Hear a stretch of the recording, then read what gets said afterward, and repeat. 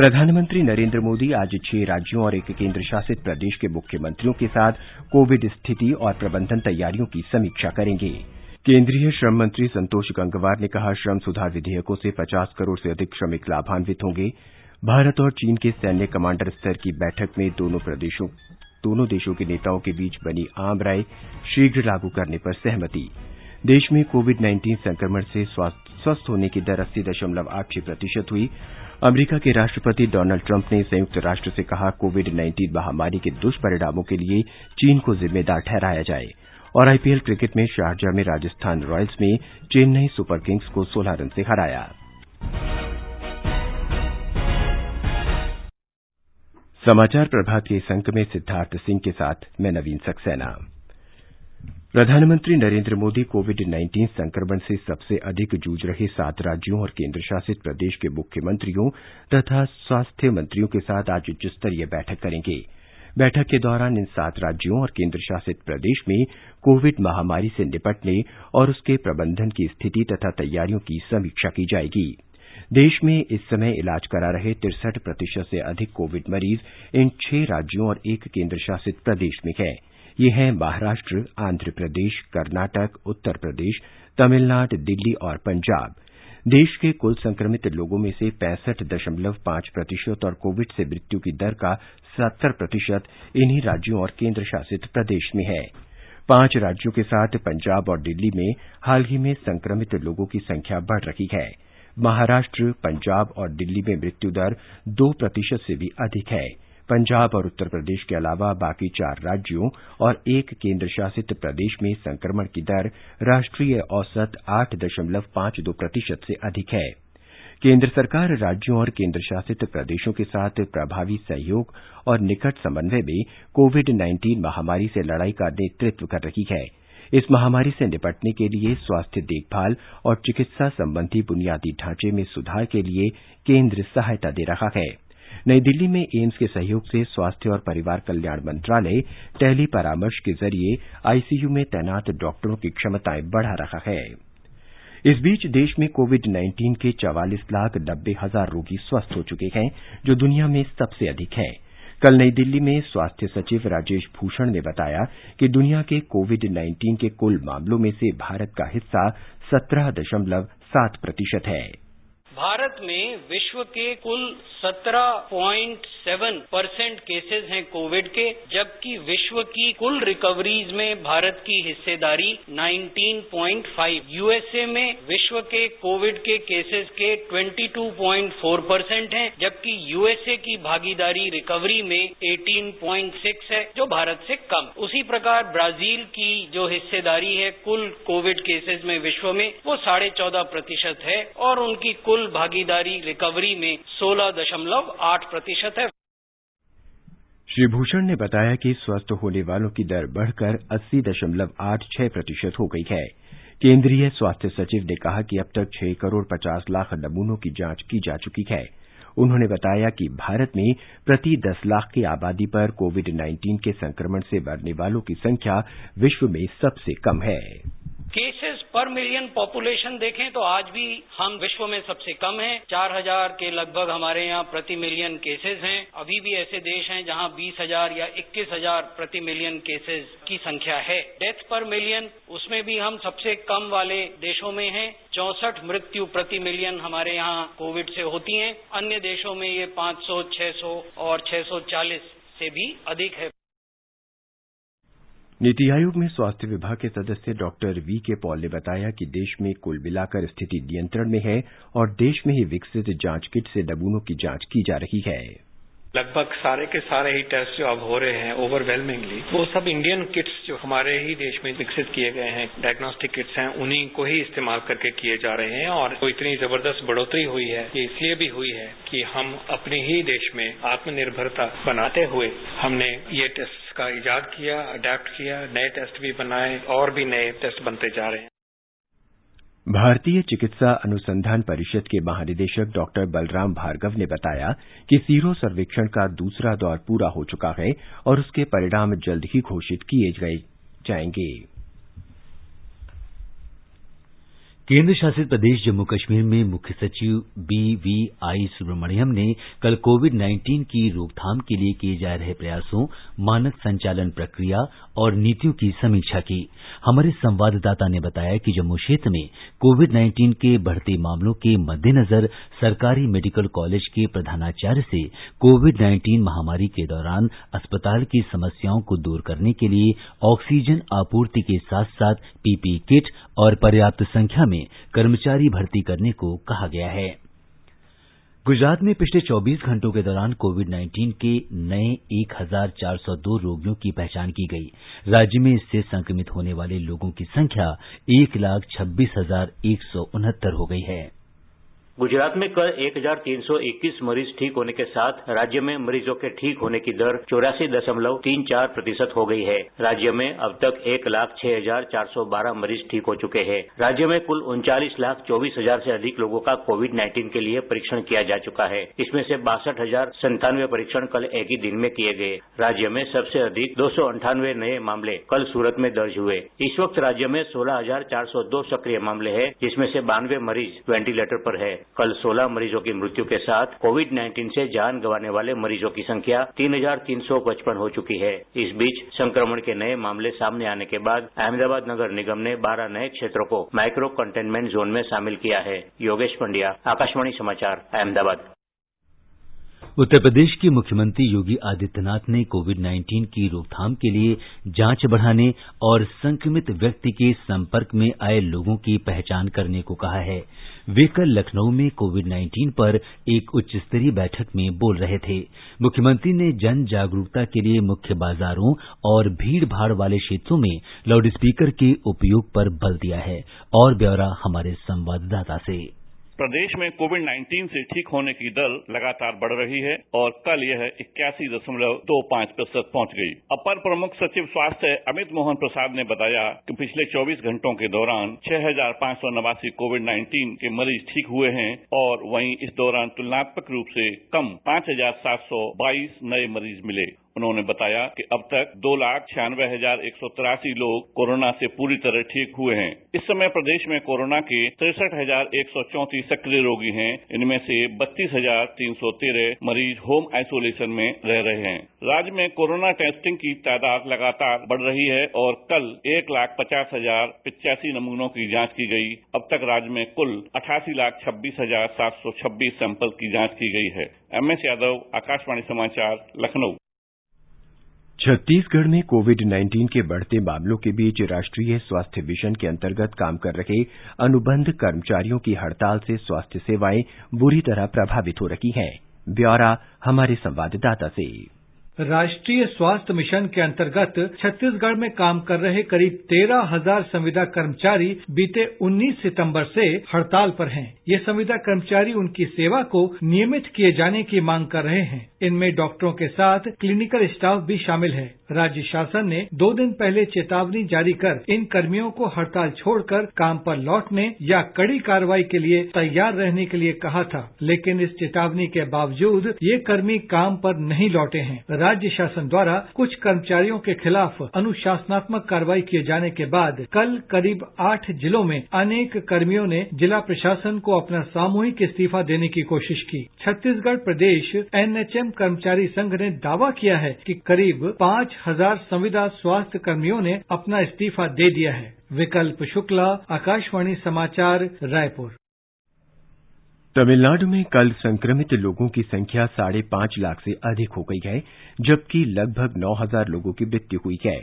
इस महीने की 15 तारीख से लगभग 47,000 लोगों का उपचार चल रहा है। राज्य में अब तक 5 लाख लोग ठीक हुए हैं। शिक्षा मंत्री KA सेनगोट्टयन ने कहा है कि अभी तक विद्यालयों को खोलने की तिथि निर्धारित नहीं की गई है। एक रिपोर्ट। राज्य का स्कूली शिक्षा विभाग मौजूदा कोरोना संकट के दौरान स्कूलों को फिर से खोलने में सतर्कता बरत रहा है। शिक्षा मंत्री KA सेनगोट्टयन ने कल इरोड में संवाददाताओं को बताया कि अभी स्कूलों को खोलने की कोई योजना नहीं है। कुछ राज्यों में पिछले सोमवार से शिक्षा संस्थानों को नियमित कक्षाएं चलाने की अनुमति दी गई है। हालांकि श्री सेनगोट्टयन ने कहा कि सरकारी स्कूल इस महीने के अंत तक नए विद्यार्थियों का एडमिशन ले सकेंगे। आम रवैये से अलग इस वर्ष अब तक निजी स्कूलों के करीब 2.5 लाख विद्यार्थियों बच्चों ने सरकारी स्कूलों में दाखिला लिया है। पर्यवेक्षकों का कहना है कि इसका एक कारण अभिभावकों की आमदनी में कमी हो सकता है और दूसरा कारण हो सकता है स्नातक पूर्व चिकित्सा पाठ्यक्रम में सरकारी स्कूलों के विद्यार्थियों के लिए 7.5% आरक्षण की मंजूरी संबंधी नया कानून। चेन्नई से जयसिंह की रिपोर्ट के साथ समाचार कक्ष से मृगनयनी पांडे। बिहार सरकार ने 28 सितंबर से 9वीं से 12वीं कक्षा के विद्यार्थियों के लिए स्कूलों को फिर से खोलने की अनुमति दे दी है। इस संबंध में नए दिशा निर्देश जारी कर दिए गए हैं। ब्यौरा हमारे संवाददाता से। शिक्षा विभाग के गाइडलाइंस के अनुसार एक छात्र एक सप्ताह में 2 ही दिन स्कूल जा सकेंगे। इन्हें 3 श्रेणियों में बांटा गया है। जो छात्र सोमवार को आएंगे वे दूसरी बार गुरुवार को, मंगलवार को आने वाला शुक्रवार को और जो बुधवार को आएंगे वे शनिवार को स्कूल आएंगे। शिक्षक को 1 दिन के अंतराल के बाद आना होगा। कक्षाओं और स्कूल परिसर में सोशल डिस्टेंसिंग का पालन करना होगा। स्कूल में प्रार्थना सत्र का आयोजन नहीं किया जाएगा। इसके अलावा खेलकूद और भीड़ एकत्रित करने वाली गतिविधियां भी बंद रहेंगी। स्कूल के प्रवेश द्वार पर थर्मल स्क्रीनिंग की व्यवस्था करने को कहा गया है। शिक्षक और छात्र के लिए मास्क अनिवार्य किया गया है। कोरोना के लक्षण दिखने पर तत्काल डॉक्टर से सलाह करने का निर्देश दिया गया है। आकाशवाणी समाचार के लिए पटना से कृष्ण कुमार लाल। लोकसभा ने श्रमिकों की स्थिति और कार्यस्थलों पर उनके हितों की सुरक्षा से जुड़े 3 विधेयक पारित कर दिए हैं।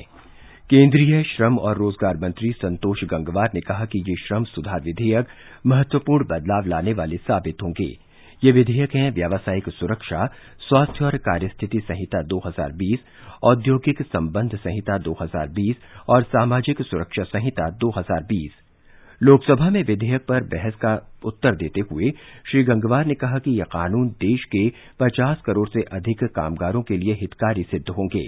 उन्होंने कहा कि पिछले 6 वर्ष में श्रमिक संघों, नियोक्ताओं, राज्य सरकारों और श्रम क्षेत्र के विशेषज्ञों सहित विभिन्न पक्षों से इस बारे में व्यापक विचार विमर्श हुआ। नए श्रम कानूनों के प्रावधानों में उनकी राय शामिल की गई है। आज हम एक ऐसे ऐतिहासिक दिन के साक्षी बन रहे हैं जब देश में काम कर रहे 50 करोड़ श्रमिकों को आजादी के 73 वर्षों के बाद वेतन सुरक्षा, सामाजिक सुरक्षा, कार्यस्थल पर उचित वातावरण तथा उत्तरदायी विवाद निष्पादन व्यवस्था देने का कार्य इन लेबर कोड्स के माध्यम से किया जा रहा है। यह तभी संभव हो पा रहा है कि हमारे देश को एक जवाबदेह प्रधानमंत्री मिला है जो हर बात को सोचता और समझता है और तुरंत फैसला लेता है। सामाजिक सुरक्षा संहिता 2020 के अंतर्गत अधिकतम श्रमिकों को कर्मचारी राज्य बीमा निगम के तहत स्वास्थ्य सुरक्षा अधिकार उपलब्ध कराने और कर्मचारी भविष्य निधि संगठन का दायरा बढ़ाने का प्रयास किया गया है। व्यावसायिक सुरक्षा, स्वास्थ्य और कार्यस्थिति संहिता 2020 के अंतर्गत निःशुल्क स्वास्थ्य जांच सुविधा और नियुक्ति पत्र प्राप्त करने का कानूनी अधिकार पहली बार श्रमिकों को उपलब्ध कराया गया है। औद्योगिक संबंध संहिता 2020 के अंतर्गत कामगारों के लिए विवादों के शीघ्र निपटान की व्यवस्था का प्रावधान है। इसके तहत नियत अवधि रोजगार विकल्प उपलब्ध होगा, जिससे कामगार नियमित कर्मचारियों की तरह वेतन, सामाजिक सुरक्षा और अन्य लाभ प्राप्त कर सकेंगे। ये श्रम संहिताएं महिलाओं को उनकी सहमति से प्रत्येक क्षेत्र में रात के समय काम करने की अनुमति देती है। श्रम और रोजगार मंत्री ने कहा कि देश के श्रम क्षेत्र में इन महत्वपूर्ण सुधारों से घरेलू निवेश के साथ साथ विदेशी निवेश को भी बढ़ावा मिलेगा और इंस्पेक्टर राज का अंत होगा। इन लेबर कोड्स में जहां एक तरफ श्रमिकों के अधिकारों को सुदृढ़ करने का प्रयास किया गया है, वहीं दूसरी तरफ उद्योगों को सरलता से चलाने के लिए एक सरल अनुपालन की व्यवस्था की गई है। अब उद्योग लगाने के लिए विभिन्न श्रम कानूनों के अंतर्गत अलग अलग कई रजिस्ट्रेशन या कई लाइसेंस लेने की आवश्यकता नहीं होगी। अब हम सभी रजिस्ट्रेशन, लाइसेंस इत्यादि को समयबद्ध सीमा में और ऑनलाइन प्रक्रिया के अंतर्गत प्रदान करने का कार्य करने जा रहे हैं। लोकसभा ने जम्मू कश्मीर राजभाषा विधेयक 2020 भी कल पारित कर दिया। इस विधेयक का उद्देश्य कश्मीरी, डोगरी, हिंदी, अंग्रेजी और उर्दू को केंद्र शासित क्षेत्र जम्मू कश्मीर की राजभाषा बनाना है। लोकसभा में केंद्रीय गृह राज्य मंत्री जी किशन रेड्डी ने कहा कि ये विधेयक जम्मू कश्मीर के लोगों की बहुप्रतीक्षित मांग को पूरी करेगा। उन्होंने बताया कि अब तक इस केंद्र शासित क्षेत्र की राजभाषा सिर्फ उर्दू और अंग्रेजी थी। केंद्रीय गृह मंत्री अमित शाह ने ट्वीट संदेश में इस विधेयक को पारित किए जाने का स्वागत करते हुए कहा है कि ये जम्मू कश्मीर के लोगों के लिए अहम दिन है। इससे पहले कल संसद ने आवश्यक वस्तु संशोधन विधेयक 2020 पारित कर दिया है। राज्यसभा ने कल इसे मंजूरी दी, जबकि लोकसभा से ये पहले ही पारित हो चुका है। इस विधेयक में केंद्र सरकार को केवल युद्ध और अकाल जैसी असाधारण परिस्थितियों में ही कुछ खाद्य वस्तुओं की आपूर्ति का नियमन करने की अनुमति दी गई है। ये कानून इस वर्ष जून में लागू आवश्यक वस्तु संशोधन अध्यादेश 2020 का स्थान लेगा। मध्य प्रदेश में मुख्यमंत्री किसान कल्याण योजना प्रधानमंत्री किसान सम्मान निधि योजना की तर्ज पर लागू की जा रही है। इस योजना के अंतर्गत प्रधानमंत्री किसान सम्मान निधि योजना के पात्र लाभार्थियों को 4,000 रुपये की अतिरिक्त वित्तीय सहायता दी जाएगी। मुख्यमंत्री किसान कल्याण योजना से मध्य प्रदेश के करीब 80 लाख किसान लाभान्वित होंगे। अब उन्हें 10,000 रुपए की वार्षिक सहायता मिल सकेगी। मुख्यमंत्री शिवराज सिंह चौहान ने यह जानकारी भोपाल के मिंटो हॉल में प्रधानमंत्री नरेंद्र मोदी के जन्म दिवस से आरंभ गरीब कल्याण सप्ताह के अंतर्गत आयोजित सबको साथ सबका विकास कार्यक्रम को संबोधित करते हुए दी। आज मैंने एक फैसला किया, प्रधानमंत्री जी 6,000 रुपया देते हैं, 2,000 रुपया 3 किस्तों में। अब हम मुख्यमंत्री किसान कल्याण निधि के नाम 2,000 रुपया साल में 2 बार और किसान के खाते में, कुल मिला के 10,000 रुपया साल किसान के खाते में 5 किस्तों में जाए। इसके अलावा प्रदेश में किसान हितैषी योजनाओं को एक पैकेज के रूप में समाहित कर लागू किया जाएगा। मुख्यमंत्री ने सहकारी बैंकों और समितियों के खातों में 800 करोड़ रुपए की राशि भी जमा की। इस अवसर पर मुख्यमंत्री ने 63,000 हितग्राहियों को फसल ऋण के लिए किसान क्रेडिट कार्ड प्रदान किए। इसके साथ ही 35,000 से अधिक किसानों को 122 करोड़ रुपए का ऋण भी सहकारी समितियों द्वारा दिया गया। संजीव शर्मा, आकाशवाणी समाचार, भोपाल। सेवा सप्ताह श्रृंखला में आज प्रत्यक्ष लाभ अंतरण डीबीटी पर विशेष रिपोर्ट प्रसारित की जा रही है। पिछले 6 वर्ष के दौरान नरेंद्र मोदी सरकार ने विभिन्न कल्याणकारी योजनाओं का लाभ और सब्सिडी सीधे लाभार्थी के बैंक खाते में अंतरित करने के लिए प्रत्यक्ष लाभ अंतरण पर विशेष बल दिया है। प्रधानमंत्री नरेंद्र मोदी ने 27 दिसंबर 2015 को आकाशवाणी से मन की बात कार्यक्रम में प्रत्यक्ष लाभ अंतरण योजना का उल्लेख किया था।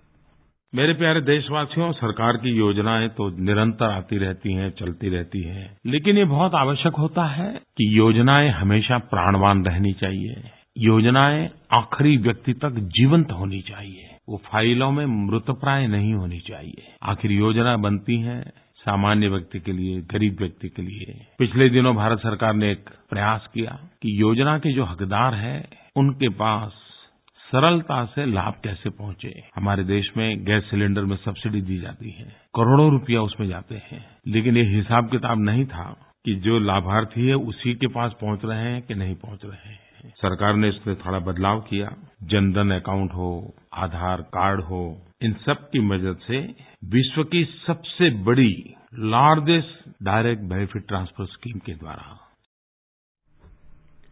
आगे बढ़ने से पहले एक नजर फिर से मुख्य समाचारों पर।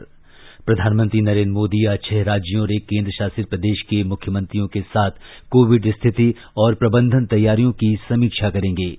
केंद्रीय श्रम मंत्री संतोष गंगवार ने कहा, श्रम सुधार विधेयकों से 50 करोड़ से अधिक श्रमिक लाभान्वित होंगे। भारत और चीन के सैन्य कमांडर स्तर की बैठक में दोनों देशों के नेताओं के बीच बनी आम राय शीघ्र लागू करने पर सहमति। देश में कोविड-19 संक्रमण से स्वस्थ होने की दर 80.86% हुई। अमेरिका के राष्ट्रपति डोनाल्ड ट्रंप ने संयुक्त राष्ट्र से कहा, कोविड-19 महामारी के दुष्परिणामों के लिए चीन को जिम्मेदार ठहराया जाए। और आईपीएल क्रिकेट में शारजाह में राजस्थान रॉयल्स ने चेन्नई सुपर किंग्स को 16 रन से हराया। भारत और चीन के सैन्य कमांडर स्तर की 6ठे दौर की बातचीत में वास्तविक नियंत्रण रेखा पर हालात सामान्य बनाने के लिए स्पष्ट और गहन विचार विमर्श किया गया। संयुक्त बयान में कहा गया है कि दोनों पक्ष इस पर सहमत हुए हैं कि वो अपने देशों के नेताओं द्वारा लिए गए महत्वपूर्ण आम राय को तेजी से लागू करेंगे, साथ ही गलतफहमी और गलत फैसलों से बचेंगे। अग्रिम मोर्चों पर और सैनिक नहीं भेजेंगे, जमीन पर एक तरफा हालात बदलने से बचेंगे और कोई ऐसा कदम नहीं उठाएंगे जो हालात को और जटिल बनाते हों। दोनों देशों ने 7वें दौर की सैन्य कमांडर स्तर की वार्ता को यथासंभव आयोजित करने पर भी सहमति जताई। जमीनी स्तर पर समस्याओं को उचित ढंग से निपटाने के व्यावहारिक उपाय भी किए जाएंगे और संयुक्त रूप से सीमा के आसपास मिलकर शांति सुनिश्चित की जाएगी। अमेरिकी राष्ट्रपति डोनाल्ड ट्रंप ने चीन की कड़ी निंदा करते हुए कहा है कि दुनिया में कोविड-19 महामारी के दुष्परिणामों के लिए संयुक्त राष्ट्र को चीन को जिम्मेदार ठहराना चाहिए। उन्होंने चीन पर आरोप लगाया कि उसने संक्रमण को फैलने दिया। संयुक्त राष्ट्र महासभा की उच्च स्तरीय बैठक में अपने रिकॉर्ड किए गए संबोधन में श्री ट्रंप ने कहा कि चीन की सरकार और विश्व स्वास्थ्य संगठन की घोषणा गलत थी कि एक व्यक्ति से दूसरे व्यक्ति में कोविड फैलने का कोई सबूत नहीं है। उनका ये भी कहना गलत था कि जिन लोगों में इसके लक्षण नहीं हैं, उनसे संक्रमण नहीं फैलेगा। अमेरिकी राष्ट्रपति ने ऐलान किया कि संयुक्त राष्ट्र को चीन और स्वास्थ्य संगठन को जिम्मेदार ठहराना चाहिए। श्री ट्रंप ने कोविड-19 प्रतिरोधी दवा साझा करने का प्रस्ताव दिया।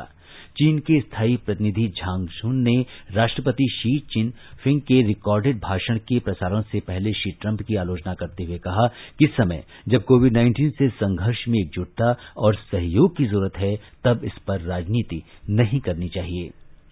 भारत और इजरायल दोनों देशों की स्टार्टअप और कॉरपोरेट कंपनियों के बीच नवाचार और प्रौद्योगिकी सहयोग बढ़ाने के लिए द्विपक्षीय कार्यक्रम शुरू करेंगे।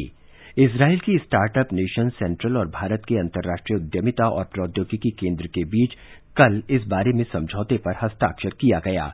इसका उद्देश्य नवाचारी परियोजनाओं पर सहयोग के लिए दोनों देशों के उद्यमियों और स्टार्टअप कंपनियों को साथ लाना है।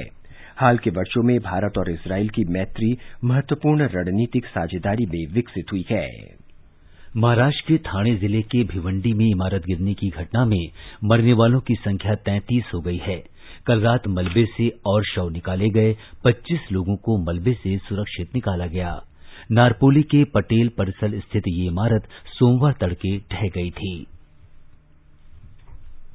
जम्मू कश्मीर में श्री माता वैष्णो देवी श्राइन बोर्ड ऐसे श्रद्धालुओं के लिए घर से ही दर्शन की व्यवस्था कर रहा है जिनके लिए पवित्र गुफा तक करीब 12 किलोमीटर की यात्रा करना संभव नहीं है। आकाशवाणी जम्मू के संवाददाता ने खबर दी है कि उपराज्यपाल मनोज सिन्हा के निर्देशों के अनुरूप तकनीकी सुविधाओं का अधिकाधिक प्रयोग करते हुए श्राइन बोर्ड श्रद्धालुओं के लिए एक मोबाइल ऐप शुरू करने की योजना बना रहा है। इस ऐप के जरिए पवित्र गुफा के सीधे दर्शन हो सकेंगे। ये ऐप 17 अक्टूबर को पहले नवरात्र के दिन शुरू की जाएगी और इसमें सीधे हवन करने की विशेष सुविधा भी होगी। वर्तमान में माता वैष्णो देवी की आरती एक धार्मिक टीवी चैनल पर सीधे प्रसारित की जा रही है। और अब एक नजर देश भर में आज के मौसम के अनुमान पर।